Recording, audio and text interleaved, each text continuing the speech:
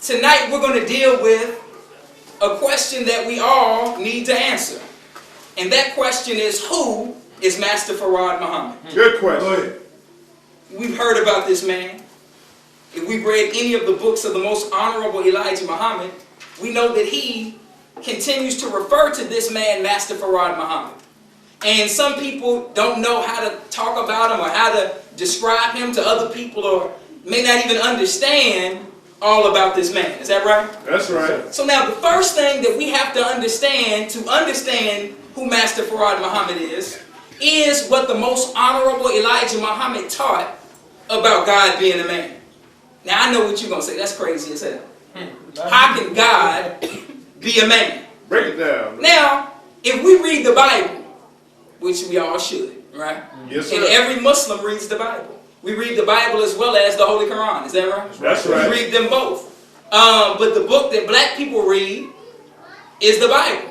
So we have to teach out of both books. Now, the Bible says in the first chapter of Genesis that man was created in the image and the likeness of God. Right. Is that That's right? That's right. Now, if something is created in your image and after your likeness, then the thing that you create is going to look like what? You. It's going to look like who? You. Is that right? That's right. When you go to the mirror gives you an image of what? Your likeness. It gives you an image of yourself. The mirror doesn't give you an image of something else. No, sir. The mirror gives you an image of yourself. Is that right? That's right. Now, to prove to you that this is in the very nature of the human being, when it snows in Chicago, Right. what do people go outside and make? Snowman. They make something in the image of who? They make something in the image of themselves. Is that right? Right. Your children don't go out and make a snow dog, No. a snow cat, No, a sir. snow house, right? They That's make a right. snowman. That's right. Because it's in the nature of the human to make something that looks like himself or herself. Are y'all with me? Yes, Right. So now, most of us right now do not concern ourselves with what's going on in the anthill. Do we? You weren't even thinking about ants until I brought it up. You don't care what's happening in the life of the grasshopper. Right. No, sir. You know, concern yourself even if you have roaches in your house. Right. You don't concern yourself with the lifestyle of the roaches, No, sir. do you? No.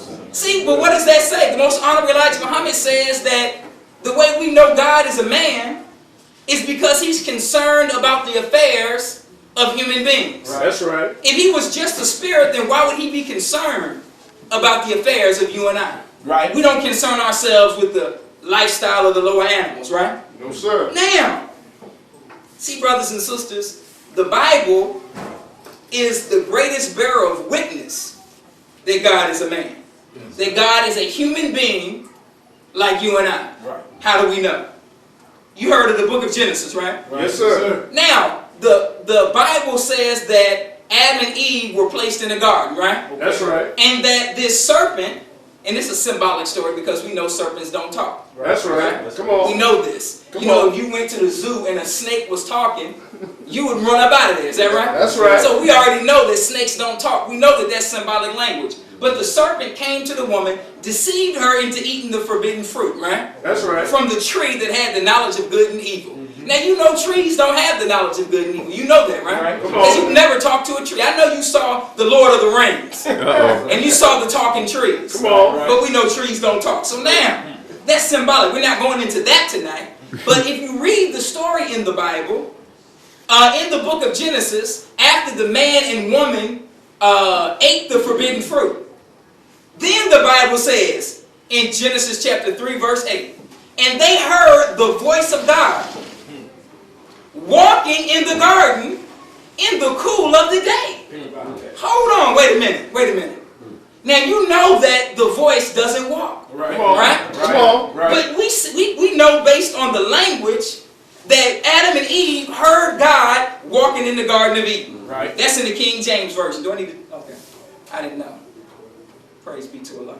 So now, that's what Genesis 3 and 8. But now there's multiple translations of the Bible. Right. In the Message translation, it says, when they heard the sound of God strolling in the garden, in the evening breeze. Yes, sir. Come on, how does God stroll in the garden unless he's a what? Man. Unless he's a man. That's right. Now, it says that Adam and Eve tried to hide from God. Right. Right? Right. When they heard him strolling in the garden. Right? That's Now, right. just imagine when you were growing up and you had Keisha at the house Right. Right. doing something you had no business doing. Okay. Come on. And you thought your mother was at work. Right. But then you hear a key in the door. Knock, knock. Right? What are you going to do? We're gonna run and You're going to hide. put Keisha in the closet, you know? You're going to try to straighten things up Yeah. to make it seem like you weren't doing anything wrong. Come Yes, on. sir. And it's no spirit coming in your house, is that right? It's your mama coming in because she heard you on the phone last night talking about how you was going to invite Keisha over to the house in the first place. Is that right? So now that's the Bible.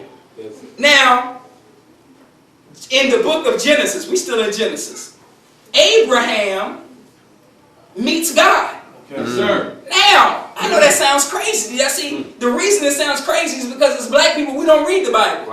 We just accept what somebody says about the Bible, That's but what we we never go in the book and read it for ourselves. That's We right. just say, well, my mama said, well, my Right, preacher right, said, right. well, T.D. Jakes said, Right. well, I heard my cousin, uncle, auntie say. Right. But we never read the book for ourselves. It Yes, says, and the Lord appeared unto him, talking about Abraham, in the plains of Mamre. That's right. Now, I'm not going to read that whole chapter 18 Yes, sir. talks about God's meeting Abraham. Right? Y'all with me? Yes, sir. So now, let me see. Hold on. Take your time, brother. Take your time. Because I have the definition of the word appear. Yes, sir. And so we can be clear. Right. We don't want you all to think we're making something up as we Right, go right. along. I may have left it out. Oh, no. Hold on. I think I left it out. But we know if something appeared, then it came into reality. It came into view. Is that right? That's right. If someone says, well, there's going to be a special appearance of Kanye West, right? Then you expect who to be there? Kanye West. Is that right? I left the definition at home. Now, so God appears to Abraham in the plains of Mamre, and the Bible says that there were 3 men, and one of them was the Lord. And then God precedes Abraham, as any Muslim would do, the Bible says, fell on his face before God. And then God proceeds to tell Abraham that Sarah's going to have a child. And Sarah laughs at God. Okay. Because she's so old, she figures she can't have a child, right? Right. And then God says, I know she just didn't laugh. I know Sarah just, and I know you don't believe that, but read it for yourself. Now, so when God appeared to Abraham, he didn't appear to him as a spirit that he couldn't see. Right. He appeared to him as a human being. Now, then in the 17th chapter of Genesis, it says, when Abram was 99 years old, pardon me, the Lord appeared unto him. Meaning he came into Abraham's view. Right? Right. Y'all got that? Yes, the sir. book of Enoch, not the book of Enoch, but the book of Genesis says that Enoch walked with God. That's Yes, sir. Now, how could Enoch walk with God unless God was a human being? Come on. Meaning Enoch had something to walk with, right? That's And right. God has something to walk with too. Are y'all with me? Yes, sir. So now, in the Genesis, we dealing only with the Bible.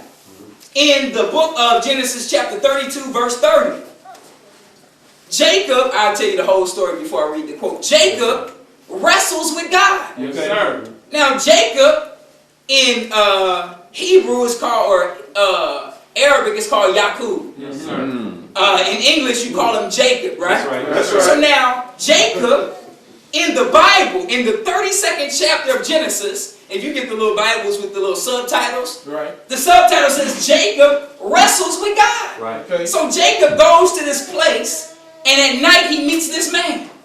And so he starts to wrestle this man, this human being, Yes, right? sir. Yes, sir. And he wrestles him all the way until the morning time.